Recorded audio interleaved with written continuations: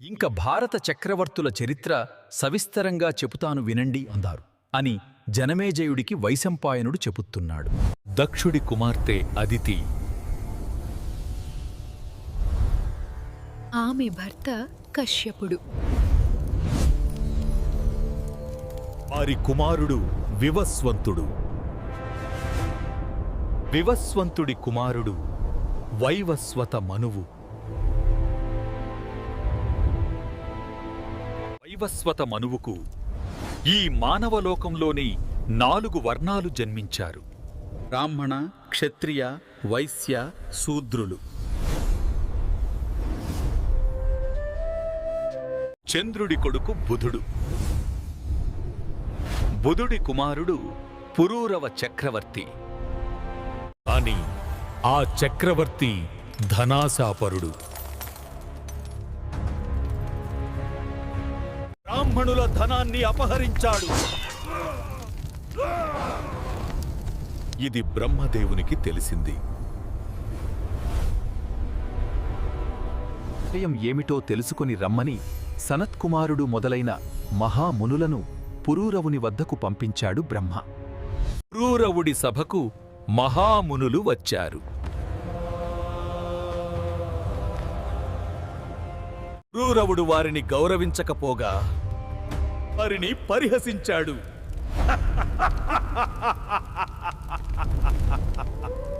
దానికి ఆ మహామునులు కోపించారు. తనిని వెర్రివాడు కమ్ము అని శపించారు. శాప ప్రభావంతో పురూరవుడి బుద్ధి చలించిపోయింది. శాపం విధించిన మహామునులు నిశ్శబ్దంగా నడిచి వెళ్లారు. పురూరవుని భార్య ఊర్వశి అనే అప్సర. వారికి 6 కొడుకులు. అందులో ఆయుషుడు అనే పుత్రునకు 5 కుమారులు జన్మించారు. వారిలో నహషుడు చక్రవర్తి అయినాడు.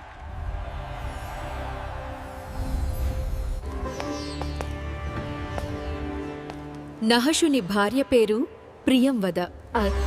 నహుషుని కొడుకు పేరు యయాతి.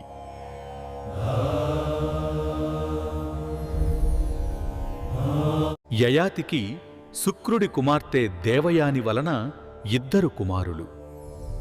శుక్రుడి శాపం వలన యయాతికి ముసలితనం ఆవరించింది. వృషపర్వుడు అనే రాక్షరాజు పుత్రిక శర్మిష్ఠ వలన 3 కుమారులు కలిగారు. యయాతి తన కుమారును పిలిచి,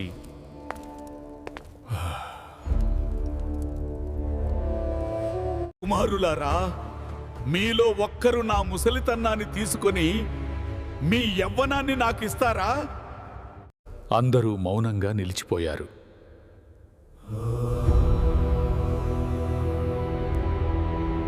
పూరుడు అనే కుమారుడు ముందుకు వచ్చాడు. పూరుడు తన యవ్వన్నాన్ని తండ్రి యయాతికి ఇచ్చాడు. తండ్రి మళ్లీ యవ్వనుడయ్యాడు. అతని ముసలితన్నాన్ని పూరుడు తను గ్రహించాడు. ఇక్కడ జనమేజయ మహారాజుకు ఒక సందేహం వచ్చింది. వైశంపాయన మహర్షి క్షత్రియుడు, చక్రవర్తి అయిన యయాతి మహారాజు బ్రాహ్మణుడు, రాక్షసులకు గురువైన శుక్రుని కుమార్తెను ఎలా వెళ్లి చేసుకున్నాడు? శుక్రుడు యయాతికి ఎందుకు శాపమిచ్చాడు అని అడిగాడు జనమేజయుడు. అప్పుడు వైశంపాయనుడు ఈ విధంగా చెప్పసాగాడు. ఈ కథ యయాతి మహారాజు గాథ.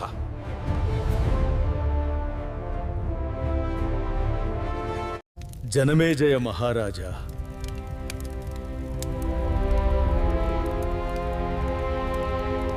వృషపర్వుడు అనే రాక్షస రాజు ఉన్నాడు. ఆయనకు గురువు శుక్రాచార్యుడు. శుక్రాచార్యుని కుమార్తె దేవయాని. వృషపర్వుని కుమార్తె శర్మిష్ఠ.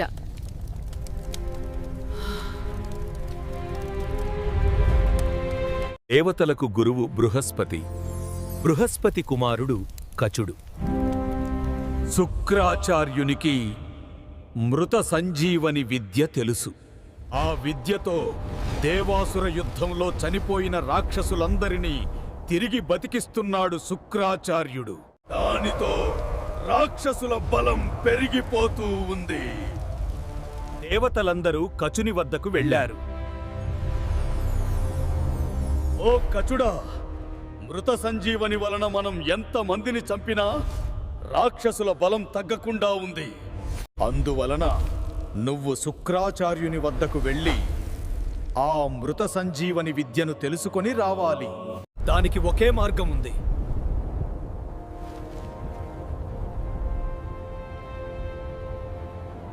శుక్రాచార్యునకు తన కుమార్తె దేవయాని అంటే ఎంతో ప్రేమ. ఆమె కోసం ఏమైనా చేస్తాడు. ముందు ఆమె అభిమానం పొంది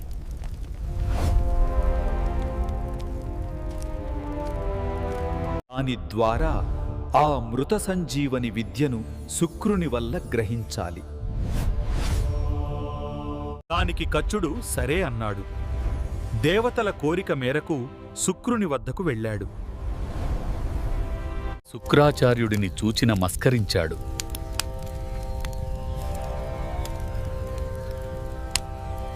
మహాత్మా, నేను దేవగురువు బృహస్పతి పుత్రుడను. నా పేరు కచుడు అంటారు.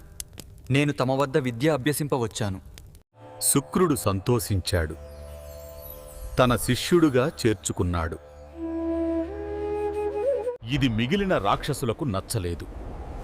వారు ఎలాగైనా కచునికి అపకారం తలపెట్టాలని నిశ్చయించారు. కచుడు మాత్రం గురువుగారు చెప్పిన పనులన్నీ చేస్తున్నాడు. ముఖ్యంగా దేవయాని చెప్పిన పనులను శ్రద్ధగా చేస్తూ ఆమె ప్రేమను పొందుతున్నాడు.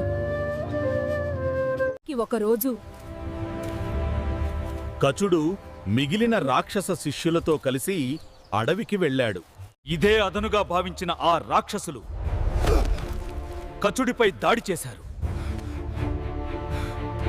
ఆ రాక్షసులు కచుడిని చంపి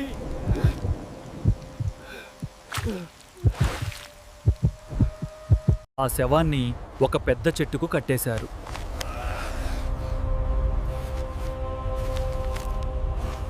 తరువాత వారు ఆశ్రమానికి తిరిగి వెళ్లారు.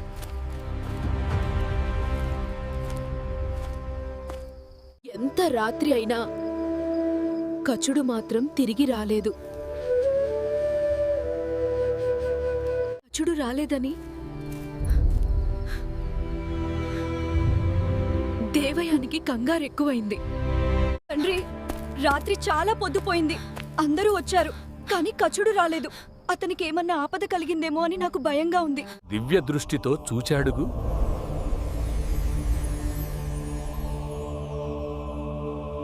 చనిపోయాడని శుక్రుడికి తెలిసింది.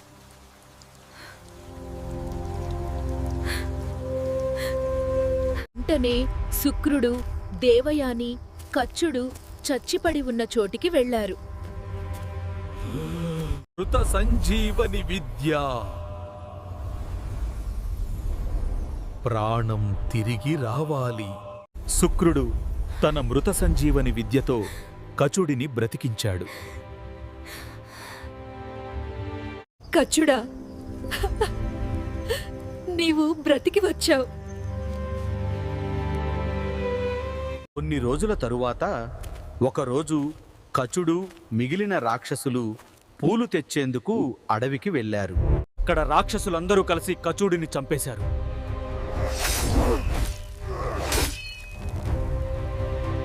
అతని శవాన్ని కాల్చి బూడిద చేశారు.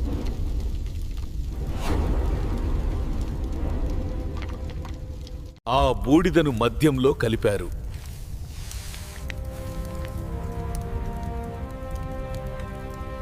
ఆ మద్యాన్ని గురువుగారు శుక్రుడికి ఇచ్చారు. ఇది తెలియక శుక్రుడు ఆ మద్యాన్ని సేవించాడు. రాత్రి పొద్దుపోయింది. కచుడు రాలేదు.